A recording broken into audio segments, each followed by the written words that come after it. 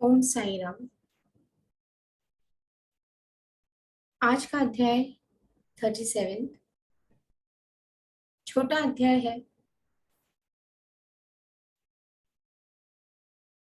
बाबा की लीला इसमें बताई नहीं गई है। इसमें वर्णन किया गया है तो समारोह का, सेलिब्रेशन का, जो चावड़ी में हो रहा था। बहुत ही खूबसूरती से अनुभव करवाया है हेमंत पंत ने। अगर हम ध्यान से सुने तो हमें यही लगेगा कि हम उस जगह पे हैं इस समय। वहां की वो जगह की महक हमें आ सकती है अगर हम ध्यान से ये अध्याय सुने तो। छोटा अध्याय है, आज जल्दी कंप्लीट भी हो जाएगा। लेकिन हम शुरुआत करते हैं हमारे गुरु, हमारे सदगुरु की ब्लेसिंग से, उनका आशीर्वाद लेके। गुरुर्ब्रह्मा गुरुर्विष्णु गुरुर्देवो महेश्वरः गुरुः साक्षात् परब्रह्मा तस्मै श्री गुरुवे नमः। ओम शांति शांति शांति। ओम साई राम। जैसे मैंने कहा, छोटा सा अध्याय है, पूरा सेलिब्रेशन का अध्याय है। अगर हम ध्यान से सुने तो हमें ऐसे लगेगा कि हम उस समय वहां पे शिरडी में थे। वो महक, वो एंजॉयमेंट, वो बाबा का साथ हमें वहां लेके जाएगा। तो ध्यान से हम ये अध्याय की शुरुआत करेंगे। चावड़ी समारोह। चावड़ी में पूजा अर्चना समारोह शुरू हो गए थे। तो वो माहौल कैसा था, वो आज हम श्रवण करेंगे। इस अध्याय में हम कुछ वेदांतिक विषयों पर प्रारंभिक दृष्टि से समालोचना कर चावड़ी के भव्य समारोह का वर्णन करेंगे। प्रारंभ। धन्य है श्री साई, जिनका जैसा जीवन था वैसे ही अवर्णनीय लीला विलास और अद्भुत क्रियाओं से पूर्ण नित्य के कार्यक्रम में। कभी तो वे समस्त सांसारिक कार्यों से अलिप्त रहकर कर्म कांडी से प्रतीत होते और कभी ब्रह्मानंद और आत्मज्ञान में निमग्न रहा करते थे। कभी वे अनेक कार्यों करते हुए भी उनसे असंबद्ध रहते थे। यद्यपि कभी कभी वे पूर्ण निष्क्रिय प्रतीत होते, तथापि वे आलसी नहीं थे। प्रशांत महासागर की तरह सदैव जागरूक रहकर भी वे गंभीर, प्रशांत और स्थिर दिखाई देते थे। उनकी प्रकृति का वर्णन तो सामर्थ्य से परे है। यहाँ पे बाबा के अलग अलग मूड्स के बारे में बताया गया है। कभी बाबा बहुत सीरियस हो जाते थे, कभी एकदम आत्मज्ञान वाली बातें करते थे, कभी मस्ती मजाक करते थे, कभी गुस्सा कर लेते थे, कभी खुद में ही रहते थे। तो अलग अलग मूड जो होते हैं उसके बारे में यहाँ पे बताया गया है। यह तो सर्वविदित है कि वे बाल ब्रह्मचारी थे।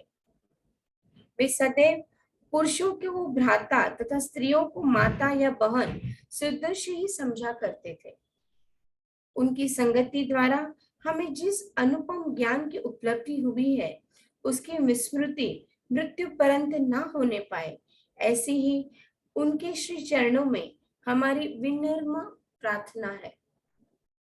हम समस्त भूतों में ईश्वर का ही दर्शन करें और नाम स्मरण की रसानुभूति करते हुए हम उनके मोह विनाशक चरणों की अनन्य भाव से सेवा करते रहे, यही हमारी आकांक्षा है। हेमंत पंत ने अपने दृष्टिकोण द्वारा आवश्यकता अनुसार वेदांत का विवरण देकर चावड़ी के समारोह का वर्णन निम्न प्रकार किया है। यहाँ पे किस तरह से सेलिब्रेशन होता था चावड़ी का, क्या किस तरह से लोग सेलिब्रेट करते थे, किस तरह से काम करते थे, उसका पूरा वर्णन है। तो ध्यान से सुनिएगा फ्रेंड्स। जो भी है ऐसे लगेगा कि हम खुद शिरडी में हैं और हमें उस सेलिब्रेशन का, उस समारोह का हम पार्ट है। चावड़ी का समारोह। बाबा के शयननागर का वर्णन पहले ही हो चुका है। वे एक दिन मस्जिद में और दूसरे दिन चावड़ी में विश्राम किया करते थे और यह कार्यक्रम उनकी महासमाधि पर्यंत चालू रहा। भक्तों ने चावड़ी में नियमित रूप से उनका पूजन अर्चन 10 दिसंबर सन 1909 से आरंभ कर दिया। अब उनके चरणाम्बुजों का ध्यान कर हम चावड़ी के समारोह का वर्णन करेंगे। इतना मनमोहक दृश्य था कि देखने वाले ठिठक ठिठक कर कह जाते थे और अपना सूध बूध भूल यही आकांक्षा करते थे कि यह दृश्य कभी हमारी आंखों से ओझल ना हो। जब चावड़ी में विश्राम करके उनकी नियमित रात्रि आती तो उस रात्रि को भक्तों का अपार जन समुदाय मस्जिद में कोई सभा मंडप में एकत्रित होकर घंटों तक भजन किया करते थे। वहां पे सत्संग करते थे, लोग भजन किया करते थे। रात्रि में चावड़ी का सत्संग भजन आरंभ हो गया था। तो बहुत समय तक, बहुत घंटों तक नाम स्मरण होता था, नाम जाप होता था और भजन गाया करते थे। एक प्रकार से प्योर ब्लिस में रहते थे वहां पे। जैसे मैंने पहले भी कहा कि पहले के जमाने में जब टीवी वगैरह नहीं हुआ करता था तो लोग नॉर्मली शाम का समय मंदिर में बिताते थे, अपनों के साथ बिताते थे, भजन कीर्तन करते थे, सत्संग करते थे। लेकिन जैसे जैसे टेक्नोलॉजी आती गई हमारी जिंदगी में, हम इन सब से दूर होते गए और अभी तो ऐसा हो गया कि हम अपनों के साथ भी नहीं बैठते, अगर बैठते तो हाथ में मोबाइल होता है या रिमोट होता है। तो उस समय की बात ही और थी। सत्संग में रहते थे, शाम के समय लोग प्रसाद ही ग्रहण करते थे, जल्दी सो जाते थे, भगवान का नाम लेके ही सोते थे। उस मंडप के एक और सुसज्जित रथ रखा था और दूसरी ओर तुलसी वृंदावन था। सारे रसिक जन समा मंडप में ताल, चिपलिस, करताल, मृदंग, खंजरी और ढोल आदि नाना प्रकार के वाद्य लेकर भजन आरंभ कर देते थे। अलग अलग लोग अलग अलग जो भी उनके पास था वो लेके भजन स्टार्ट करते थे।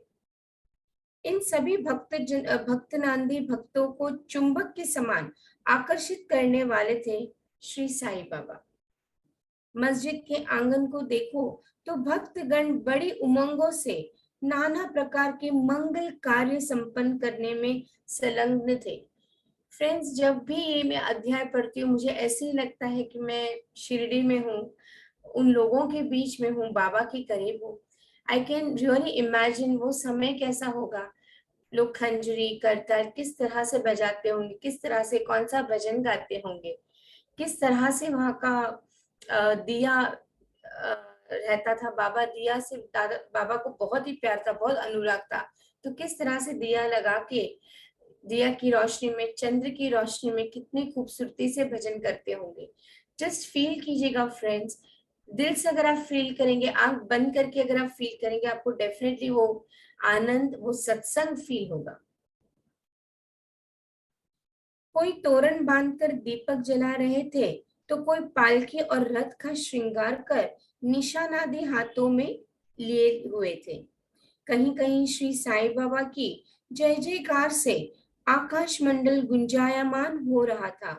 दीपों के प्रकाश से जगमगाती मस्जिद ऐसे प्रतीत हो रही थी मानो आज मंगलदायिनी दीपावली स्वयं शिरडी में आकर विराजित हो गई हो।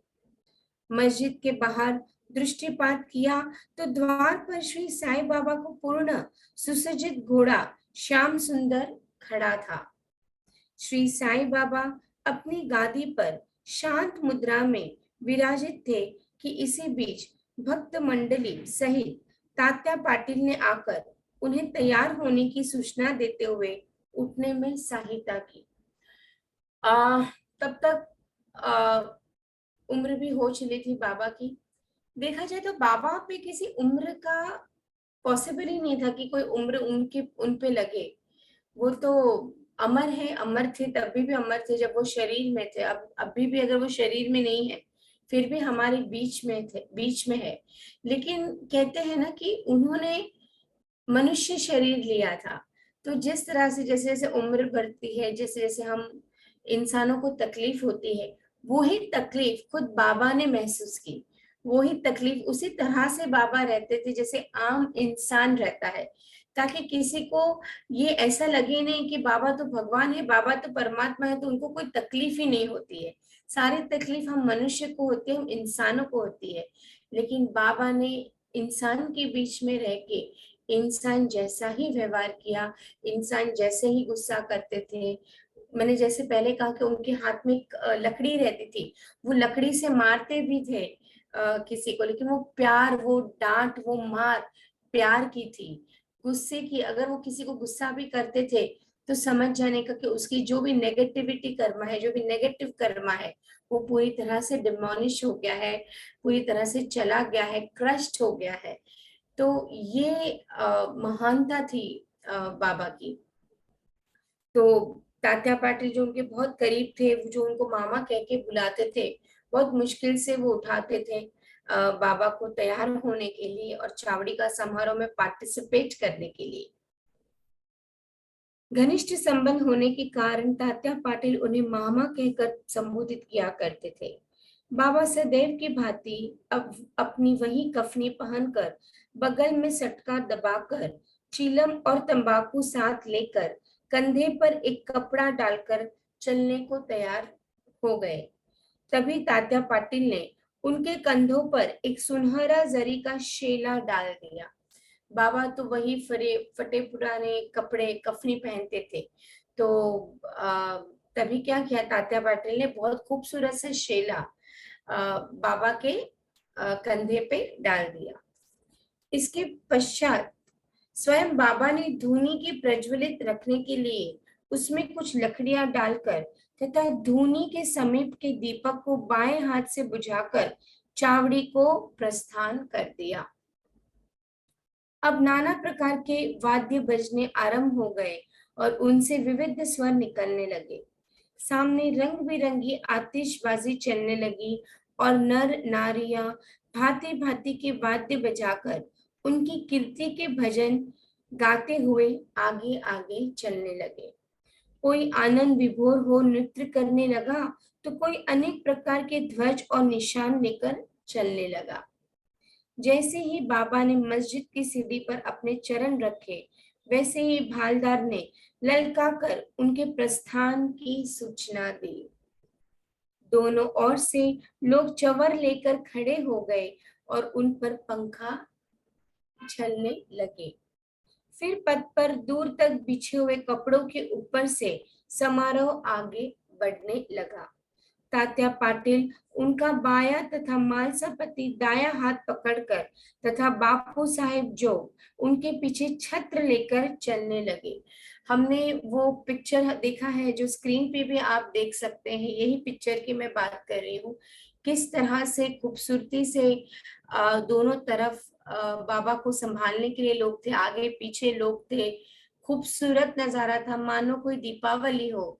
और बहुत ही लोग खुश होते थे, बच्चे बूढ़े जवान, जो मानते थे वो भी, जो ना मानते थे वो भी, सारे एकजुट होके साथ में चलने लगे।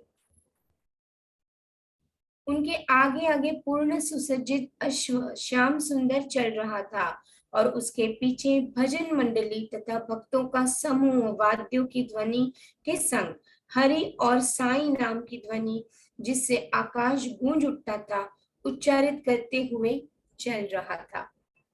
जब समारोह चावड़ी के कोनों पर पहुंचा और सारा जन समुदाय अत्यंत आनंदित तथा प्रफुल्लित दिखलाई पड़ने लगा। जब कोनों पर पहुंचकर बाबा चावड़ी के सामने खड़े हो गए, उस समय उनके मुखमंडल की दिव्य प्रभा बड़ी अनोखी थी। ऐसा प्रतीत होने लगा मानो अरुणोदय के समय बाल रवि क्षितिज पर उदित हो रहा हो। उत्तरभिमुख होकर वे एक ऐसी मुद्रा में खड़े हो गए जैसे कोई किसी के आगमन की प्रतीक्षा कर रहा हो। वाद्य पूर्वत ही बजते रहे और वे अपना दाहिना हाथ थोड़ी देर ऊपर नीचे उठाते रहे। वादक बड़े जोरों से वाद्य बजाने लगे और इसी समय काका साहेब दीक्षित गुलाल की वर्षा करने लगे। बाबा के मुखमंडल पर रक्तिम आभा जगमगाने लगी और सब लोग तृप्त हृदय होकर उस रस माधुरी का आस्वादन करने लगे। इस मनमोहक दृश्य और अवसर का वर्णन शब्दों में करने में लेखनी असमर्थ है। इतनी खूबसूरती से हेमंत पंत लिखते हैं कि इतना सब लिखना भी असमर्थ है। मतलब वो एंजॉयमेंट, वो डिविनिटी कितनी खूबसूरत होगी फ्रेंड्स। हम जब यहाँ पे पढ़ रहे हैं, हम सुन रहे हैं, तो भी हमें लगता है कि कितना खूबसूरत होगा वो पल, कितना खूबसूरत होगा वो समय। तो आप सोचिएगा कि उस वक्त के जो लोग होंगे, उस वक्त जेन्युइनली जब लोग खड़े होते होंगे, बाबा को इस तरह से देखते होंगे, इस तरह से इतना खूबसूरत सा समारोह होता होगा, तो कैसा फील होता होगा, कितना डिविनिटी भरा माहौल होगा फ्रेंड्स। भाव विभोर होकर भक्त मालसापति तो नृत्य ही करने लगे, परंतु बाबा की अभंग एकाग्रता देखकर सब भक्तों को महान आश्चर्य होने लगा।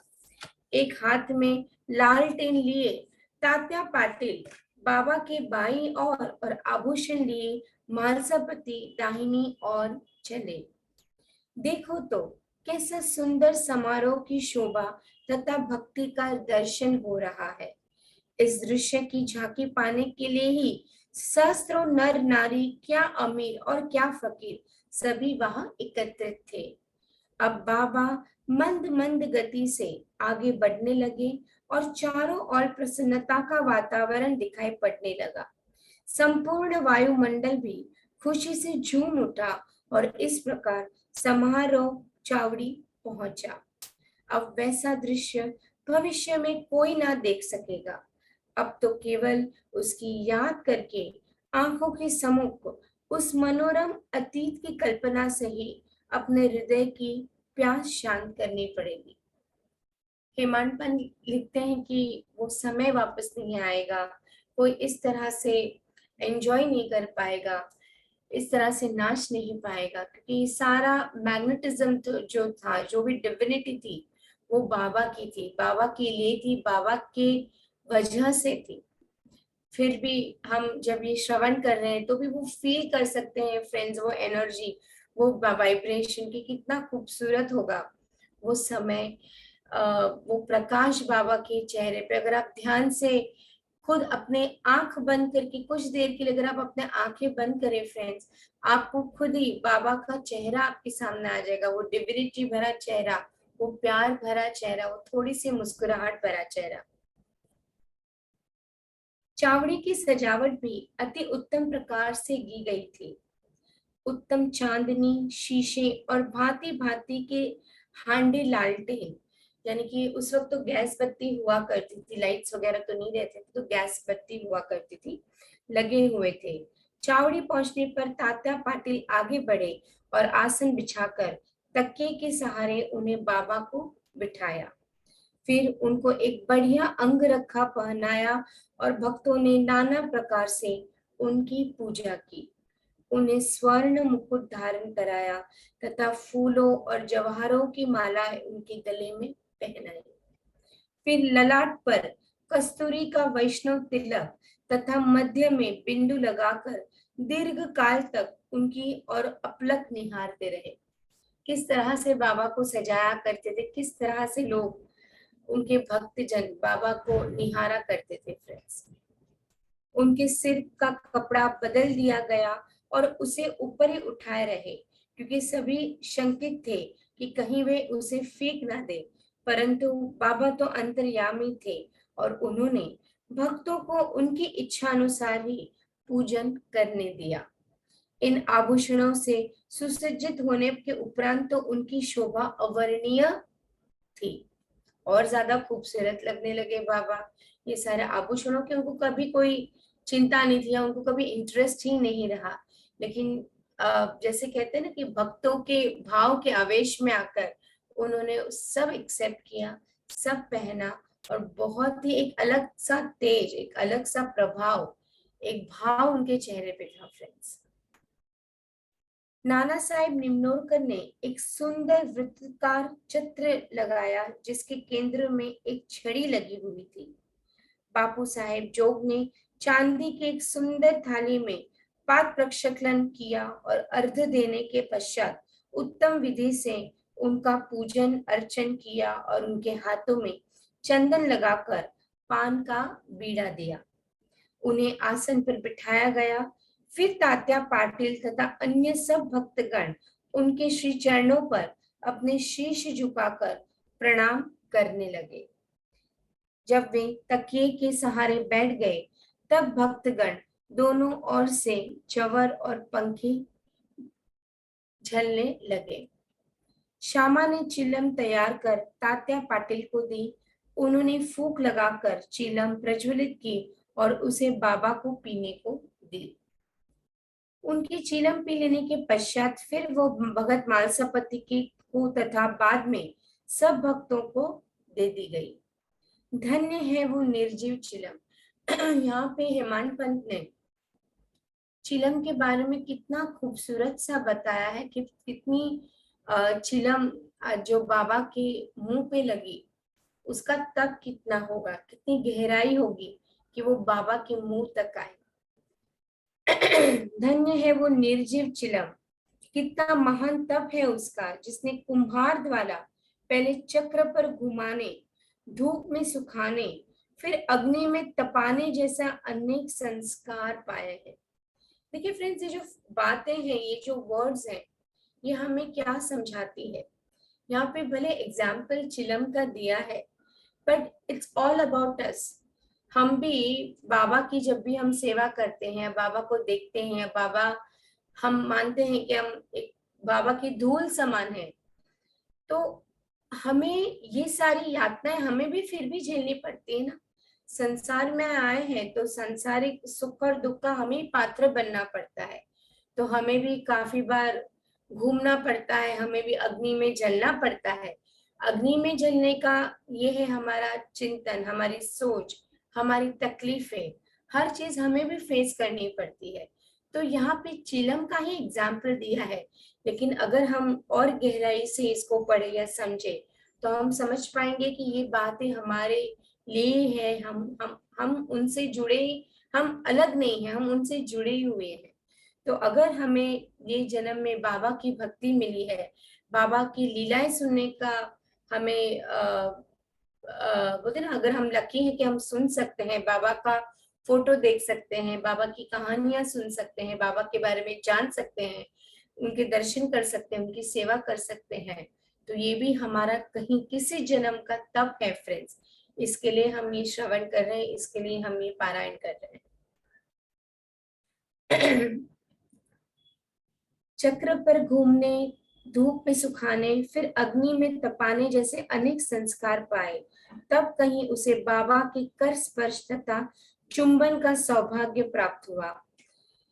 जब यह सब कार्य समाप्त हो गया तब भक्तगण ने बाबा को फूलमालाओं से लाद दिया और सुगंधित फूलों से के गुलदस्ते उन्हें भेंट किए। बाबा तो वैराग्य के पूर्ण अवतार थे। वे उन हीरे जवाहरातों व फूलों के हारों तथा इस प्रकार की सज धज में कब रुचि लेने वाले थे, परंतु भक्तों के सच्चे प्रेमवश ही उनके इच्छा अनुसार पूजन करने में उन्होंने कोई आपत्ति न की। अंत में मांगलिक स्वर में वाद्य बजने लगे और बापू साहेब जोग ने बाबा की यथाविधि आरती की। बापू साहेब जोग हमेशा आरती करते थे बाबा की। जब तक वो रहे तब तक वो आरती करते और महासमाधि के बाद भी उन्होंने वो क्रम जारी रखा। आरती समाप्त होने पर भक्तों ने बाबा को प्रणाम किया और उनकी आज्ञा लेकर सब एक एक करके अपने घर लौटने लगे। तब तात्या पाटिल ने उन्हें चिलम पिलाकर गुलाब जल, इत्तर इत्यादि लगाया और विदा लेते समय गुलाब का एक पुष्प दिया। तभी बाबा प्रेम पूर्वक कहने लगे कि तात्या, मेरी देखभाल भली भांति करना। तुम्हें घर जाना है तो जाओ, परंतु रात्रि में कभी कभी आकर मुझे देख भी जाना। आ, जैसे जैसे बाबा के महासमाधि के दिन नजदीक आ रहे थे, बाबा हल्का हल्का इशारा भी करते थे, लेकिन समझ में नहीं आता था लोगों को। इस तरह से बाबा बात करते थे कि लोगों को नहीं समझ में आता था कि वो कुछ इशारा कर रहे हैं या कुछ बोल रहे हैं, कि उनका अंत समय आ रहा है। जिस तरह से अगर हम ये पढ़ रहे हैं, आप हम श्रवण कर रहे हैं, तो किस तरह से बाबा ने तात्या पाटिल को रिक्वेस्ट किया कि भाई कभी कभी आ जाना। कितना प्यार, कितना रिक्वेस्ट से उन्होंने तात्या पाटिल को कहा था कि कभी कभी मुझे देखने भी आ जाया कर। तब स्वीकारात्मक उत्तर देकर तात्या पाटिल चावड़ी से अपने घर चले गए। फिर बाबा ने बहुत सी चादरें बिछाकर स्वयं अपना बिस्तर लगाकर विश्राम किया।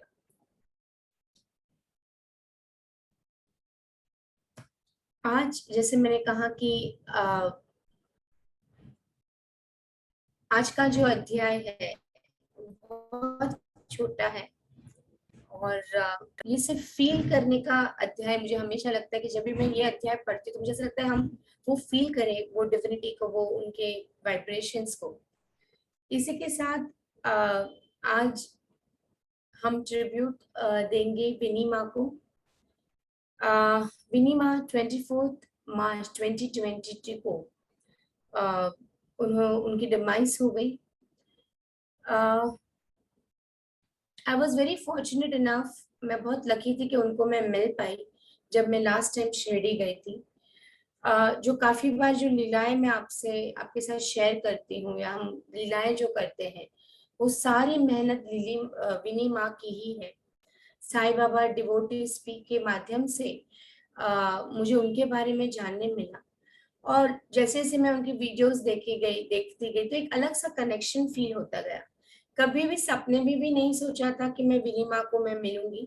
जब मैं शिरडी गई, मुझे तो ये भी नहीं पता था वो शिरडी में रहते, और अचानक से बाबा अय्यर के जो स्वामी मद्रास होटल है, वहां पे मैंने उनको अचानक से देखा देखा वो किसी से बात कर रहे थे, और मेरी नजर पड़ी। पहले तो कुछ समय के लिए लगा कि विनी माँ है या नहीं, लेकिन जैसे ही मैंने उनको पहचान लिया, मैंने उनसे बात शुरू की। एंड वेरी वार्म पर्सन विनी माँ। और उनकी वीडियोस आप देख सकते हैं यूट्यूब पे। उनको एनसाइक्लोपीडिया ऑफ साई बाबा कहते थे, चलता फिरता एनसाइक्लोपीडिया ऑफ साई बाबा। कितनी बड़ी उपाधि। वो हमेशा सीरीज करते थे महाभक्त पर, साईं बाबा के महाभक्त पर, और आज वो भी उनका एक पार्ट हो गई है। उनसे मिली, उनसे मैंने बातें की, और उन्होंने मुझे इनवाइट किया था उनके घर में कि मैं ऐसी उन्होंने मुझे कहा मैं थर्ड फ्लोर पे रहती हूँ, मैं काफी बुक्स है मेरे पास, if you would like to purchase. तो मैंने कुछ किताबें उनसे परचेज की थी, और वो जो भी ये कुछ किताबें हैं, I mean I don't know will you be able to see, yes, Vini माँ की किताबें हैं, उनमें उनका फोटो भी है, और बहुत ही खूबसूरत काफी बुक्स हैं उनकी। और वो जो भी बुक्स के द्वारा वो पैसे लेती थी, वो ना झोला लेती थी। जब मैं उनके घर पे गई, मैंने कुछ बुक्स ली उनसे, तो उन्होंने मुझे कहा वो झोला लेके आई। तो मैं बहुत सरप्राइज हो गई कि वो झोला लेके आई। बोलती ये बाबा का झोला है, आपने जो भी पैसे डाले ना फिर वापस नहीं लिया जाएगा, तो आपको जो बुक्स लेने, जितने पैसे डालने हैं वो सोच समझ के डालिएगा, वापस आपको मिलेंगे नहीं। तो मैंने बोला कोई बात नहीं विनीमा, और मैंने कुछ बुक्स लिए, उसके अगेंस्ट मैंने पैसे दिए। और ऐसा था कि कुछ 20 रुपीज कम हो गए थे मेरे पास। एंड शी वॉज लाइक कोई बात नहीं, फाइन। तो मैंने कहा नहीं माँ, मैं आज शाम को आके आपको दे के जाऊंगी, जब शाम को मैं फिर से दर्शन करने आऊंगी तो मैं आपको शाम को दे के जाऊंगी। तो शी वॉज लाइक अरे कोई बात नहीं। मैंने बोला नहीं, आप ही ने तो आपके इसमें एक वीडियो में कहा है कि किसी का 1 रुपया नहीं रखना, और बाबा भी कहते थे कि किसी का कुछ भी उधार नहीं रखना, जो भी है कंप्लीशन कर दो। तो मैं नहीं रख सकती, मैं आपको शाम को देके जाऊंगी। And I was very lucky, I was very blessed, I was very fortunate कि मैंने ऑलमोस्ट उनसे 1 घंटे बैठ के बात की। कोई भी नहीं था उनके घर पे।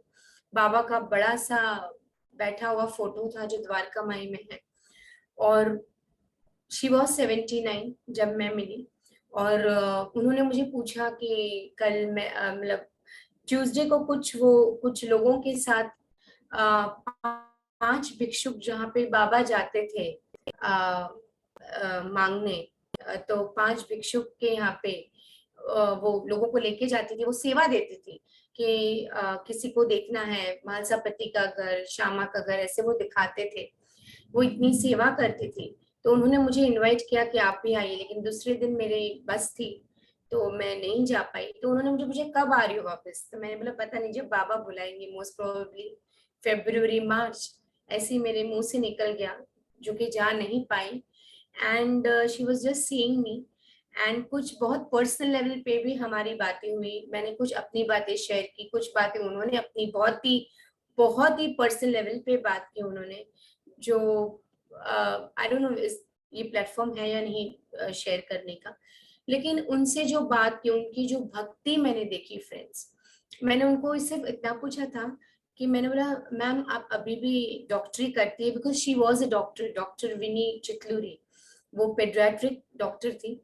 और मैंने उनको पूछा कि आप अभी भी डॉक्टरी करती हैं, अभी भी आप पेशेंट्स वगैरह चेक करती हैं? तो उन्होंने बोला नहीं, मैं फकीर हूँ, मैं फकीरी गिरी करती हूँ।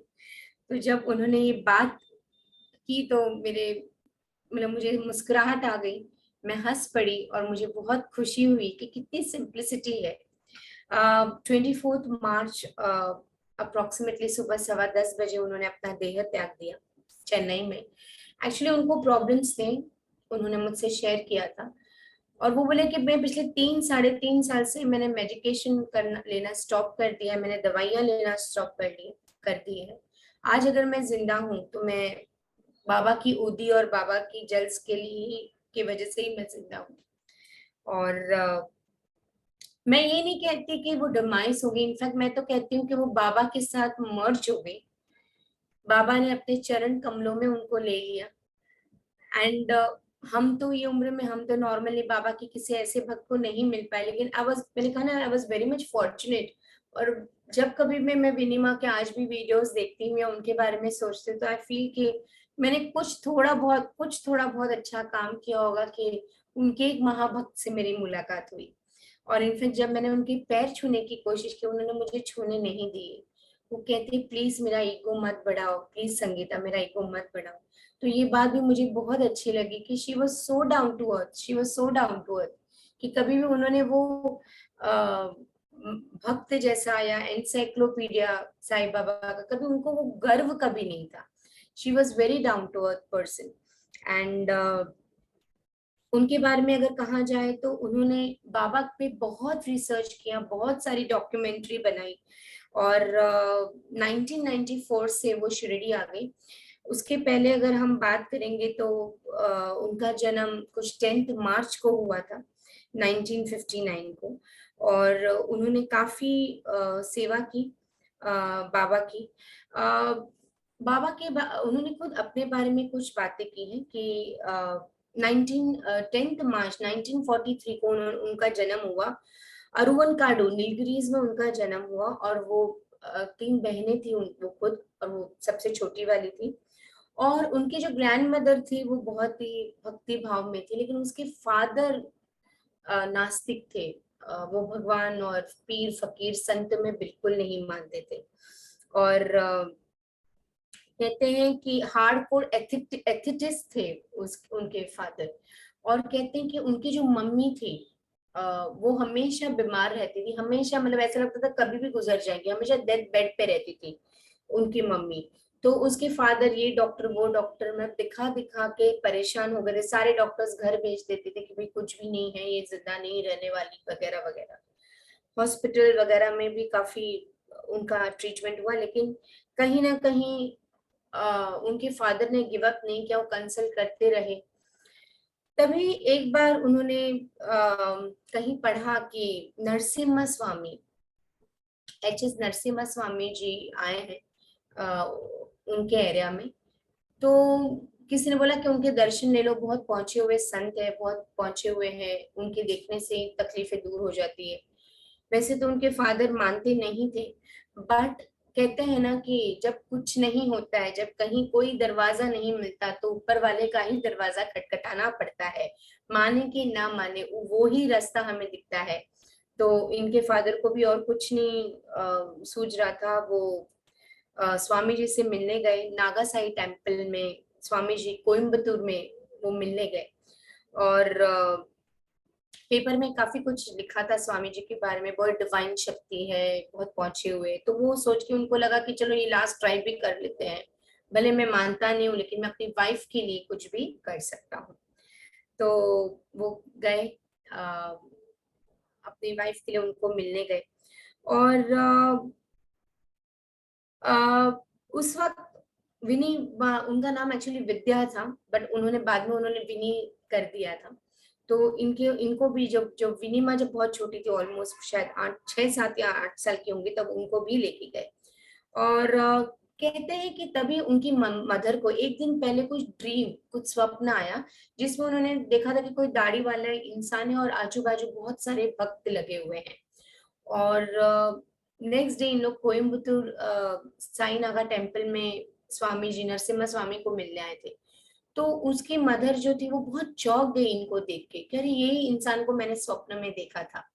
और तभी से उनकी मदर को तो बहुत विश्वास हो गया था, लेकिन उनके हस्बैंड जो थे, यानी कि विनी माँ के फादर को विश्वास नहीं था।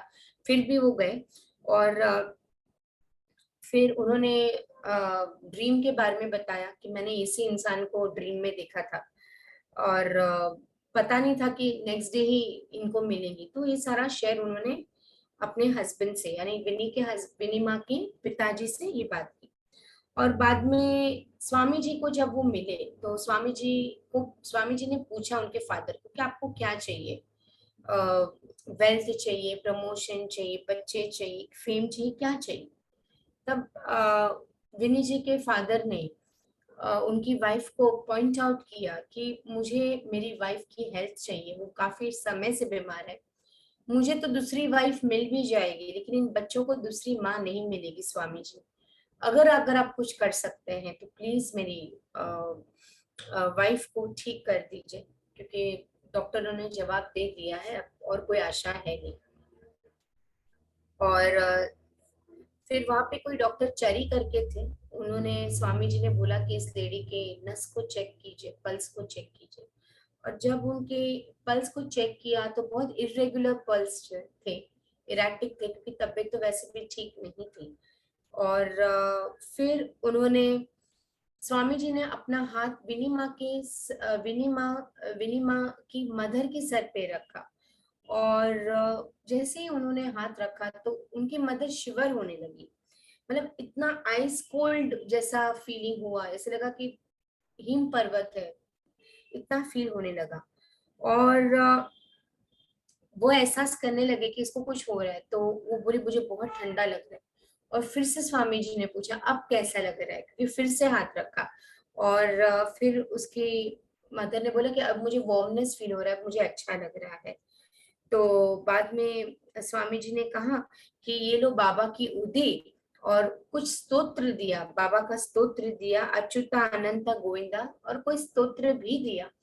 और बाबा की उदी दी, कहा कि आप बाबा की उदी लगाइए और ये स्तोत्र पढ़िए। 21 दिन, दिन में 21 दिन, 21 बार 21 दिन के लिए ये स्तोत्र पढ़ना है, और ये बाबा की उदी लगाना है आपको, और पानी के साथ भी ये उदी को लेना है। ये इंस्ट्रक्शंस दे दिए। जब ये सारा हो रहा था तो विनी बहुत छोटी थी, और वो सब देख रही थी। उनको तो ऐसे लगा ये दाढ़ी वाले सांता क्लॉस ही है, क्योंकि स्कूल में पढ़ा था बुक्स पे कि सांता क्लॉस ही है। तो तभी स्वामी जी की नजर उस पे पड़ी, और उसको बुलाया स्वामी जी ने विनी माँ को, और अपने लैप पे बिठाया, और सर पे 3 बार कहते हैं टैप किया, you are a good girl, good girl, good girl. और जैसे ही टैप किया उसको कुछ एक अलग सा वार्मनेस फील हुआ, उसको ऐसा लगा कि कुछ तो हो रहा है, कुछ तो ये हो रहा है, कुछ समझ में नहीं आ रहा था क्योंकि बहुत छोटी थी। गुड गर्ल कहा 3 बार। विनिमा कहते कि उस वक्त मुझे शक्तिपात का एहसास हुआ, यानी कि कोई एनर्जी। मैंने आपको आपको शक्तिपात के बारे में भी पहले एक अध्याय में बताया कि गुरु जब अपनी शक्ति अपने शिष्य में डालते हैं उसको शक्तिपात कहते हैं, और ये बहुत बड़ी बात है। तो स्वामी जी ने अपना शक्तिपात, वो विनिमा जब छोटी सी थी तब डाला उनके सर में 3 बार गुड गर्ल कह के, और वो उनकी दाढ़ी से खेल रही थी, उसको बहुत मजा आया लैप पे बैठने के लिए। तो ये भी बहुत ही अच्छी बात थी उनके लिए। तो ये एक अलग अनुभव था। और उसी दिन से कहते हैं कि उन्होंने नाम स्मरण चालू कर दिया, उदी लगाना बोलते ना कि जब कोई कुछ नहीं होता है तो कुछ भी बोलते तो हम करते हैं। तो उनके भले फादर नहीं मानते थे इन सारी चीजों को, पर फिर भी अपनी वाइफ के लिए उन्होंने ट्राई लास्ट कोशिश की। 2 दिन के बाद देखते हैं अचानक से कि विनी माँ की जो मदर है वो किचन में खाना बना रही है। वो बहुत सरप्राइज हो गई, क्योंकि जो इंसान बेड पे से उठ ही नहीं सकता था वो खाना कैसे बना सकता था। तो उसी समय से उनको साईं बाबा पे, स्वामी जी नरसिम्हा स्वामी पे बहुत ही विश्वास हो गया, बहुत ही प्यार आ गया, और उन्होंने साई सच्चरित्र का पारायण कंटिन्यूस करना शुरू कर दिया, नाम सप्ताह शुरू कर दिया।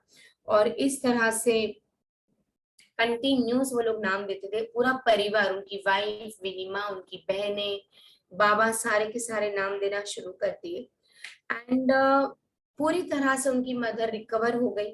और उसी दिन से उनके बाबा, जो बिल्कुल भगवान में पीर फकीर संत साधु में नहीं मानते थे, वो भक्त बन गए। और वो नरसिम्हा स्वामी जी के पास थैंक यू के लिए आए थे। तो नरसिम्हा स्वामी ने कहा मैंने कुछ नहीं किया, वो तो बाबा ने किया, साईं बाबा ने किया, उनके उदी ने किया। और जब से साईं बाबा विनी जी की लाइफ में, उनके फादर की लाइफ में, तब से सब अच्छा ही होता रहा। और हमेशा विनी जी के फादर कहते थे साईं नाथ बोला करो, नाथ, साईं नाथ यानी कि नाथों के नाथ, अनाथों के नाथ यानी कि साईं नाथ, साईं नाथ बोला करो। और बाद में जब विनी माँ के फादर जब मद्रास गए थे मिलने स्वामी जी से, तो स्वामी जी ने जैसे कहा कि मैंने कुछ भी नहीं किया, जो भी कमाल है उदी का है, बाबा का है, साईं बाबा के, तो उनको आप थैंक यू बोलिए। और उनको कहा कि आ, फिर उन्होंने वापस उदी दिया उनके फादर को, और एक बाबा का फोटोग्राफ दिया, साईं बाबा का फोटो दिया। और उन्होंने कहा कि अभी तुम जाओ और बाबा का जितना हो सके प्रचार करो, तुम प्रचार करते रहो बाबा का। तभी ऐसा हुआ कि विनी माँ के फादर का ट्रांसफर हो गया जबलपुर में, मध्य प्रदेश में। और फिर वो लोग थर्सडेज को पूजा करने लगे। फिर विनी माँ के फादर ने एक छोटा सा टेम्पल भी बनवाया था बाबा पे। और हमेशा उनके फादर कहते थे कि भाई स्वामी जी ने क्या कहा है, हमें पारायण करना है, बाबा का नाम स्मरण करना है। और इतना वो लोग आगे करते थे कि बाबा का प्रचार करने लगे। और हमेशा विनिमा की फादर, जो बिल्कुल भगवान में, साधु संत में नहीं मानते थे, वो कहते थे कि राई के दाने जितना भी अगर हम प्रचार किए बाबा का, तो भी ये बहुत बड़ी बात है। तो ये सारी बातें ना बचपन से ही विनिमा के सर के अंदर एकदम कॉन्शियस सबकॉन्शियस माइंड में अंदर से आ गई थी। और उनके मेड्स, उनके काम वाले सब, मतलब सबको बाबा के बारे में बताते थे, लीला सुनाते थे। कुछ लोगों को अच्छा नहीं लगता था उस वक्त 1954 में, क्योंकि ऐसा लगता था कि साईं बाबा तो मुस्लिम है और ये लोग मुस्लिम फकीर के प्रचार कर रहे हैं, तो कुछ लोगों को पसंद नहीं आया था। बट एनीवे विनिमा जैसे जैसे बड़ी हो गई, विनिमा को कहते हैं शायद एक्ट्रेस बनना था, इसलिए उन्होंने विद्या से विनी नाम कर दिया था खुद का। लेकिन उनके फादर चाहते थे कि उनकी तीनों बेटियां डॉक्टर बने। तो विनिमा ने उनके फादर का सपना पूरा किया, और उन्होंने जबलपुर के मेडिकल कॉलेज में उन्होंने अपना मेडिकल पढ़ाई शुरू किया 1963 में। और तभी उन्होंने पेडियाट्रिक पेडियाट्रिशियन का उन्होंने डिग्री ली। और फिर बाद में वो यूएस भी गए। लेकिन कहते हैं उसके पहले वो एक बार जब शिरडी गए थे विनिमा, तो उन्होंने एक नवस रखा था, एक मानता रखी थी कि बाबा मैं अपना जीवन आपको समर्पित कर दूंगी। और जब मानता रख तो दी, लेकिन जैसे जैसे वो अपनी पढ़ाई में बिजी हो गई, अपनी डॉक्टरी में बिजी हो गई, वो अपना जो वॉव था, जो अपनी मानता, जो नवस थी, वो भूल गई थी। और फिर बाद में उन्होंने पोस्ट ग्रेजुएशन किया कलावती सरन हॉस्पिटल में दिल्ली में। बाद में वो यूएसए गई, यूएस में उन्होंने पेडियाट्रिक्स बोर्ड में काफी सक्सेसफुली डिग्री उन्होंने हासिल की। और बाय द टाइम वो अपनी पढ़ाई और उसमें इतनी बिजी हो गई कि वो सब कुछ भूलने लगी कि उन्होंने क्या प्रॉमिस किया था बाबा को या जो भी था। और और हमेशा विनी माँ को, वो भले इतना पढ़ती थी, इतना डॉक्टर हो गए थे वो, लेकिन हमेशा एक बात खलती थी कि ये इनफ है क्या, और कुछ करो क्या, ये इनफ है क्या, और कुछ करो क्या। और फिर ऐसा हुआ कि कहते हैं कि उनको शादी नहीं करनी थी, लेकिन फिर भी उन्होंने शादी की।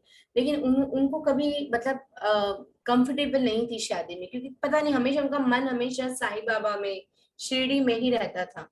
और फिर कुछ सालों के बाद उन्होंने डिवोर्स ले लिया। इनफैक्ट सब ना कहते थे डिवोर्स मत लो, लेकिन उन्होंने बाबा साईं बाबा के सामने 2 चिट्ठियां डाली कि बाबा कोई भी आप ही मुझे हेल्प कीजिए, मुझे क्या करना चाहिए। और वहां पे डिवोर्स की चिट्ठी आई। कहते हैं जैसे ही उन्होंने डिवोर्स देखा कि चिट्ठी में डिवोर्स आया, तो उनको ऐसे लगा कि बाबा ने कहा है। तो सब छोड़ के इनफैक्ट उन्होंने अपना जो डॉक्टरी था, जितना कर सके कमा सके उन्होंने कमा लिया, क्योंकि उनको पता था कि पिछली लाइफ में मुझे मुझे खुद को सपोर्ट करने के लिए या बाबा का कुछ भी करने के लिए तो पैसा चाहिए। इसलिए उन्होंने 50 इयर्स तक अपनी डॉक्टरी की, पैसे कमाए, और बाद में 50 साल के बाद वो शिरडी में आ गए। और जितनी भी उनके पास जो भी डिग्री थी, डॉक्टरी डिग्री, उन्होंने बाबा के समाधि मंदिर में रख दी। उन्होंने डिवोर्स तो बाद में ले ही लिया था, लेकिन उसके बाद भी वो अपनी जो डॉक्टर जो थी, वो तो उन्होंने अपनी service as a doctor start चालू ही रखी थी। उसमें एक छोटा सा एक इंसिडेंट ऐसा था कि एक छोटा सा बच्चा, जब वो मेरे ख्याल से न्यू जर्सी में थी, तो एक छोटा सा बच्चा, बहुत छोटा था बच्चा, वो रोता ही रहता था।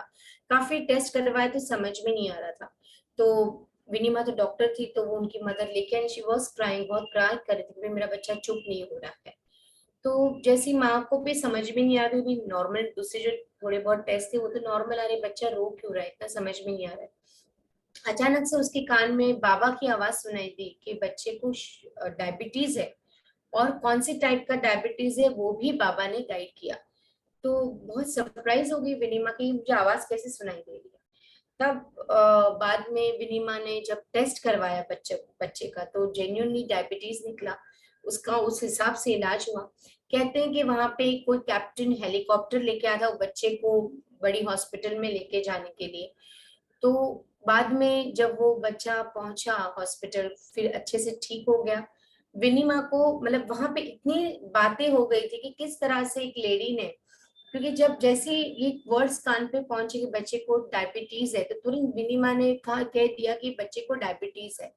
तो सबको थोड़ा आश्चर्य हुआ कि बिना टेस्ट के कैसे पता चल सकता है, लेकिन बाद में जब टेस्ट करवाया गया तो उनकी बात सच निकली। तो वहाँ के डॉक्टर्स भी बहुत सरप्राइज थे। तो विनी जो थी यंग डॉक्टर है, तो उनको कैसे पता चला। और बाद में जब पता चलता है कि हेलीकॉप्टर कैप्टन कौन था, कौन लेके आया था, पता चला वो हेलीकॉप्टर कैप्टन कोई कहाँ से आया था किसी को भी नहीं पता था। वो अचानक से एक लीला हो गई, मिराकल हो गई। तो ये जान के विनी माँ भी बहुत सरप्राइज हो गई कि ये बच्चे की मदद किसने की, मेरी मदद किसने की। और जब उसको एहसास होता है बाबा ने की, तो उसका मन फिर वहां नहीं रहा। कहते हैं कि जब सब छोड़ के वो आ गई शिरडी। इनफैक्ट इनिशियली उन्होंने सोचा था कि मैं शिरडी के हॉस्पिटल में एज अ डॉक्टर सेवा दूंगी, फ्री सेवा दूंगी बच्चों को, लोगों को। लेकिन उनको ना कोई जगह नहीं मिली, उस वक्त कोई वैकेंसी नहीं थी डॉक्टर की। तो उसको समझ में आया कि नहीं, मेरा पाथ ये नहीं है, मेरा रास्ता ये नहीं है। तो उन्होंने एक दिन जाके जितनी भी उनकी डिग्रीज थी, जो भी उन्होंने डिग्री ली थी, जो भी था, उन्होंने बाबा के समाधि मंदिर में बाबा के चरणों में अर्पित कर दिया। और बाबा को कहा, बाबा मैं भी आपकी ये सारी डिग्री भी आपका, अब मैं सब छोड़ रही हूँ। मैं अभी सब आप ही की सेवा करूंगी, सिर्फ आप ही के बारे में प्रचार करूंगी, आप ही के बारे में बात करूंगी। और 2004 से 2022 तक, मार्च 24 तक उन्होंने यही किया फ्रेंड्स। बहुत घूमे, बहुत बाबा के बारे में जानना शुरू किया, बाबा के बारे में क्या था, किस तरह से था बाबा, कहाँ जाते थे, क्या खाते थे, क्यों क्या पीते थे। उन्हें मराठी समझ में नहीं आता था, तो उनको 9 महीने लगे साई सच्चरित्र का जो ओरिजिनल पढ़ने के लिए। वो उन्होंने पढ़ा। फिर किसी की हेल्प लेके कहते हैं मेरे ख्याल से स्वामी शिवनेशन करके कोई थे, पंडित थे, उनकी हेल्प लेके जहां जहां बाबा भिक्षा लेने जाते थे उनके घर पे गए। वो हेरिटेज रहे अभी तक, अंत तक, फरवरी तक सुना है कि वो लेके जाते थे सब डिवोटीज को, बाबा की सारी मतलब बातें बताते थे, जगह बताते थे, क्योंकि उनको हमेशा डर लगा रहता था कि आज की जो जनरेशन है उनको कुछ नहीं पता चलेगा, अदरवाइज होटल्स बन जाएंगी, शॉप्स बन जाएगी, क्योंकि शिरडी बहुत ही कमर्शियल हो गया है अभी तो। और उन्होंने काफी सेवा की, काफी बुक्स वगैरह भी बनाए, उन्होंने फोटोग्राफ्स बाबा के जमा के, एग्जीबिशन के। और उनका खुद का तो कोई सन नहीं था, लेकिन उन्होंने अपने एक जो सदा करके एक लड़का था, उनको उन्होंने मन्नत मांग लिया था, उन्होंने हैज उनको अडॉप्ट कर लिया था। और सदा ने बहुत हेल्प की विनिमा की, लोगों के बारे में जानने के लिए, तरखड़ फैमिली कहाँ है, श्यामा के फैमिली कहाँ है, बूटी की फैमिली कहाँ है, या तरखड़ फैमिली के वंशज कहाँ है, बहुत सारी उन्होंने इंक्वायरी किया। और यही सीरीज हम देखते हैं साईं बाबा डिवोटी स्पीक में, उनके बुक्स में भी सारी इंफॉर्मेशन है लोगों के बारे में। और एक और इंसिडेंट कहते हैं कि 1963 में विनिमा एक्चुअली बहुत बीमार हो गई, बहुत ही फीवर आ गया था, और डॉक्टरों ने भी उस वक्त जवाब दे दिया था कि शायद ये जिंदा नहीं रहेगी। लेकिन तभी ऐसा हुआ कि अचानक से उनको कॉन्शियस आ गया, और उन्होंने देखा कि वो कोई ब्लू लाइट्स में जा रही, एक टनल सा है और वो ब्लू लाइट के अंदर जा रही है, और अचानक से बाबा खड़े हैं और बाबा बोल रहे तुम चली जाओ वापस, तुम्हारा अभी समय नहीं आया, तुम्हें बहुत कुछ करना है। और ये जैसे ही उन्होंने देखा, उनकी तबीयत, उनकी जो नस थी वो वापस आने लगी, और धीरे धीरे उनकी तबीयत ठीक होने लगी। और वो समय से वो समझ गई थी कि भाई मेरा तो जो समय है, मेरा जो काम है, वो बाबा की प्रचार, बाबा की सेवा करने में ही है। और उन्होंने सारी अपनी डिग्रीज वगैरह सारा उन्होंने छोड़ दिया। 1994 में वो शिरडी आ गई। उन्होंने कहा थर्ड फ्लोर पे रहते थे, तो मुझे बोलते थे कि मुझे वो मंदिर का ऊपर का ध्वजा देखना है, इसके लिए मैंने ये घर चूज किया, ताकि मेरे घर से वो मैं ध्वजा देख सकूं। तो ये भी बात उन्होंने मुझसे शेयर की थी। तो काफी कुछ उनके काफी महाभक्त से भी मिले, दास गनु भी थे जब वो थे, उन्होंने दास गनु का सत्संग भी देखा है 1954 में। और लक्ष्मीबाई शिंदे से भी मिली है, निम्नोडकर से भी मिले हैं, श्यामा का सन जो था उसको भी वो मिले हैं, रामचंद्र अडकर, माधव अडकर के सन जो, उनको भी मिले हैं। तो काफी लोगों से वो मिलने आए थे। और कहते हैं कोरहाल में, यानी कि शिरडी से 9 किलोमीटर है, मंदिर है जो उन्होंने ही बांधा है, बाबा की पादुकाएं उन्होंने वहां पे रखी है। तो बहुत ही सेवा की विनिमा ने। और 10 बुक्स हैं, सदा घोड़े जी करके हैं जिन्होंने हेल्प की थी बाबा की, और आज वो ही उनका उन्होंने एडॉप्टेड सन माना। तो इतना कुछ, वो कहते ना, मैं जितना बाबा के बारे में जानती हूँ, जितना इन डेप्थ जानती रहती हूँ, उतना ही मुझे लगता है कि मुझे नहीं आता। मैं बाबा के बारे में जितना समझने की कोशिश करती हूँ, मुझे ऐसा लगता है कि नहीं, ये जन्म में तो नहीं समझ पाऊंगी, शायद मुझे जन्म जन्म लेने पड़ेंगे बाबा के बारे में जानने के लिए। और उन्होंने अपने बुक में भी लिखा है, बहुत ही खूबसूरत बुक है, कभी भी अगर आप चाहे तो वो बुक परचेज कर सकते हैं। तो इस तरह से मैं काफी चाहती थी कि विनिमा को एक एक ट्रिब्यूट, एक श्रद्धांजलि अर्पित करे। मुझे ऐसे लगता नहीं है कि वो कहीं गई है दूर, बस वो बाबा के पास है, बाबा के चरणों में बैठी है, मुस्कुरा रही है वो हमें देख के। और आई फील वेरी इमोशनल जब मैं उनके बारे में बात कर रही हूँ, उनका चेहरा मेरे सामने आ रहा है। और मैं इतनी, ऐसे ही अपने आप को इतना फॉर्चुनेट समझती हूँ कि ये ये जन्म में मुझे उनके जैसे महाभक्त के दर्शन हुए, उनको मैं मिल पाई, उनके साथ बात कर पाई। अब ऐसे सोचती हूँ मुझे वो भी पूछना चाहिए था, वो भी पूछना चाहिए था, वो भी पूछना चाहिए था, बट अगेन कहते हैं ना, जिसको जितना जानना होता है बाबा उस समय उतना ही दिखता है, उतना ही समझ पाता है, समझाता है। तो इसी के साथ ये खूबसूरत सा अध्याय हम समाप्त करेंगे। अब हम भी विश्राम कर इस अध्याय को समाप्त करते हुए पाठकों से प्रार्थना करते हैं कि प्रतिदिन शयन के पूर्व श्री साईं बाबा और चावड़ी के समारोह का ध्यान अवश्य कर लिया करें। तो इसी के साथ विनिमा को थैंक यू सो मच विनिमा, कि आपकी वजह से हम इतनी सारी और लीलाएं हम पढ़ पाते हैं, समझ पाते हैं, और आज भी और ज्यादा विश्वास हो जाता है। और आप जहाँ कहीं भी हो, मुझे पता है कि आप बाबा के पास ही, लेकिन जहाँ जैसे भी हो, अगर आपका कहीं जन्म है, कहीं भी हो, बहुत ही फ्रूटफुल लाइफ हो, इस तरह से आप और बाबा की भक्ति मिले और बाबा की सेवा करें, और आप हमें भी आशीर्वाद दें। सो विद दिस अध्याय यहीं पे मैं समाप्त करूंगी। थैंक यू विनिमा, और एक बार lots of gratitude, deepest gratitude, thank you so much. और अगेन मैं ही करूंगी, दान कीजिएगा, शुद्ध दान कीजिए, थैंक यू बोलिए। और एक बात, सैटरडे को हनुमान जयंती है, हनुमान और बाबा दोनों एक ही है, अलग नहीं है। कहते हैं श्रीपद वल्लभ और हनुमान जी का ही रूप साईं बाबा है। और जैसे बाबा ब्रह्मचारी थे, हनुमान जी भी अखंड ब्रह्मचारी थे।